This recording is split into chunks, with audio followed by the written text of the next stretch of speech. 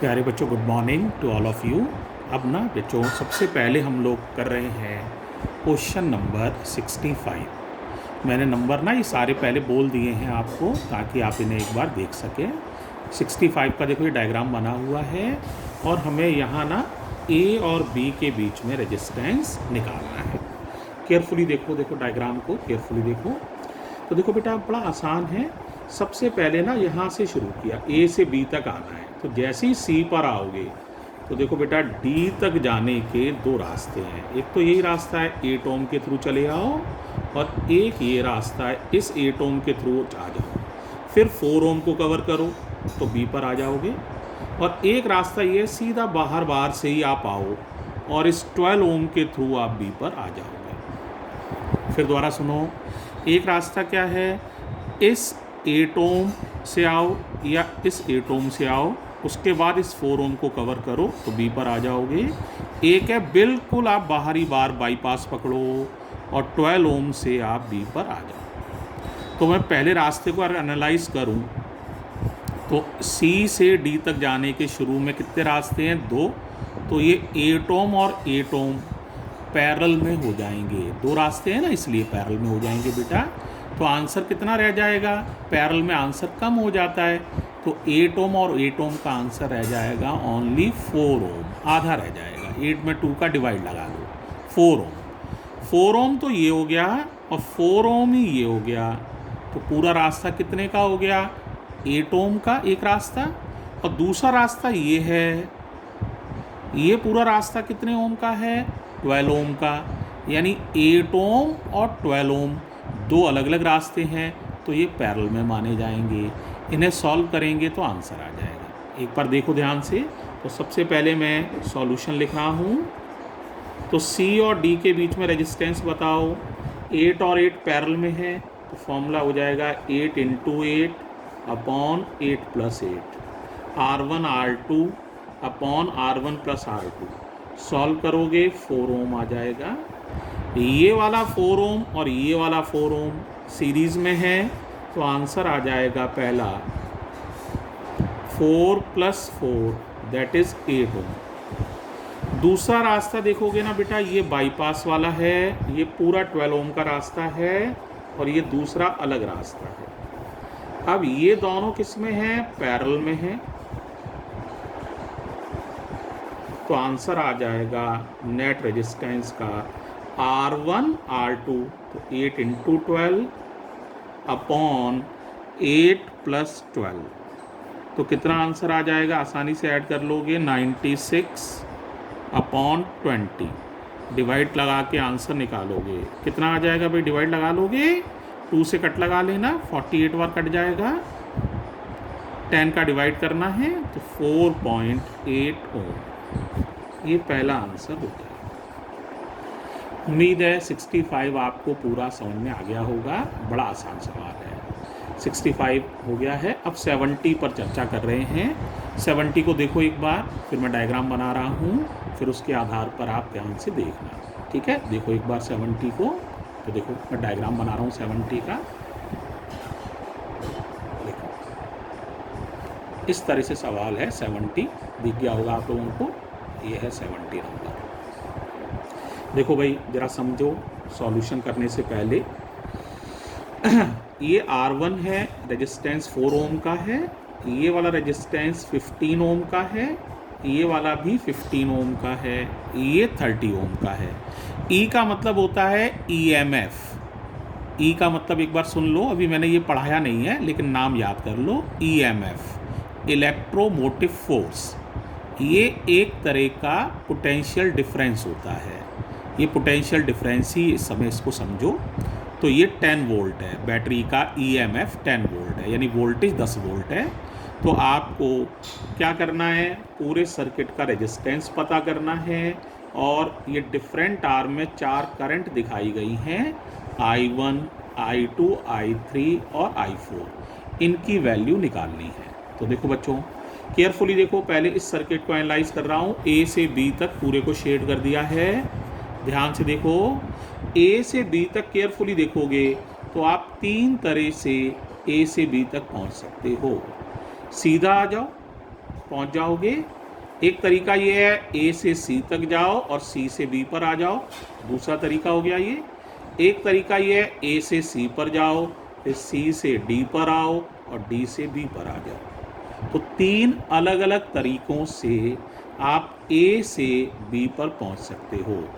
3 अलग अलग तरीके हैं, 3 अलग अलग रास्ते हैं। प्यारे बच्चों, जानते हो तुम, तीनों अलग अलग जो रास्ते होते हैं वो पैरेलल में होते हैं। तो इनका रेजिस्टेंस हम निकाल सकते हैं 1/r इक्वल्स टू 1/r1, यानी कि 1/15 प्लस 1/30 प्लस 1/15। एलसीएम ले लो बेटा। एलसीएम कितना आ जाएगा प्यारे बच्चों? 30। तो 2 प्लस 1 प्लस 2। अच्छा, कितना हो गया बताओ हिसाब लगा के भाई? 2 और 2 4 है ना भाई, और 1 5, 5/30, 1/6। तो आरपी आ जाएगा। उल्टा कर लो, आरपी की वैल्यू निकालनी है, 6 ओम हो जाएगी। अब ये 6 ओम और ये R1 एक ही रास्ता हो गया। देखो यहाँ से यहाँ आओगे, R1 पड़ेगा, फिर ए से बी में कुल रेजिस्टेंस अभी हमने कैलकुलेट किया है 6 ओम है, तो 4 ओम, ये टोटल सब मिलाकर 6 ओम और वापस। तो 4 ओम और 6 ओम सीरीज़ में हो गए, एक ही रास्ता है। 4 ओम, ए से बी 6 ओम, वापस आ जाओगे। तो इस तरह से टोटल रेजिस्टेंस हो जाएगा बेटा 4 + 6 दैट इज़ 10। ये फर्स्ट पार्ट हमारा हो गया। अब करंट निकालनी है। करंट आसानी से निकाल सकते हो। कैसे निकालोगे? करंट होती है V/R, V माने voltage upon total resistance. Ohm's law ही लगाया है, V/R। V माने कुल लगाया गया वोल्टेज, 10 वोल्ट है, और R माने कुल रेजिस्टेंस जो कि 10 ओम है। तो करंट आसानी से निकाल लोगे 10/10, तो कुल करंट आ जाएगी 1 एम्पियर। अब थर्ड पार्ट कर रहा हूँ। अलग अलग आर्म्स में करंट निकालनी है, I2, I3 और I4। अब तुम्हें याद होगा ये तीनों रेजिस्टेंस किस में थे? पैरेलल में। बहुत इंपॉर्टेंट पॉइंट है बेटा, बहुत ध्यान से सुनना, बहुत ही टर्निंग पॉइंट है यहाँ सवाल का। तो ये तीनों किस में थे? पैरेलल में। पैरेलल में मैंने तुम्हें पढ़ाया था कि सभी पर PD बराबर होता है, पोटेंशियल डिफरेंस बराबर होता है। तो हम पैरेलल वाला पोटेंशियल डिफरेंस यदि 1 का निकाल लें तो हमें सभी का PD उतना ही मान लेना चाहिए।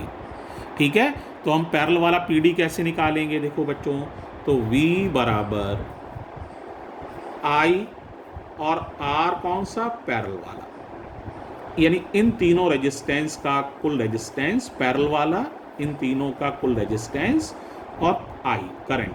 तो कुल करंट है 1 एम्पियर। आरपी तुमने निकाला था बेटा, आरपी था 6 ओम, देखो ये लिखा हुआ है। तो इसका मतलब 6 वोल्ट। इसका मतलब जो R2 होगा ना, इस पर भी पोटेंशियल डिफरेंस 6 वोल्ट होगा, R3 पर भी पोटेंशियल डिफरेंस 6 वोल्ट होगा, और R4 पर भी पोटेंशियल डिफरेंस 6 वोल्ट होगा। अब बड़ा आसान है, वोल्टेज मालूम है, रेजिस्टेंस मालूम है, करंट निकालना है।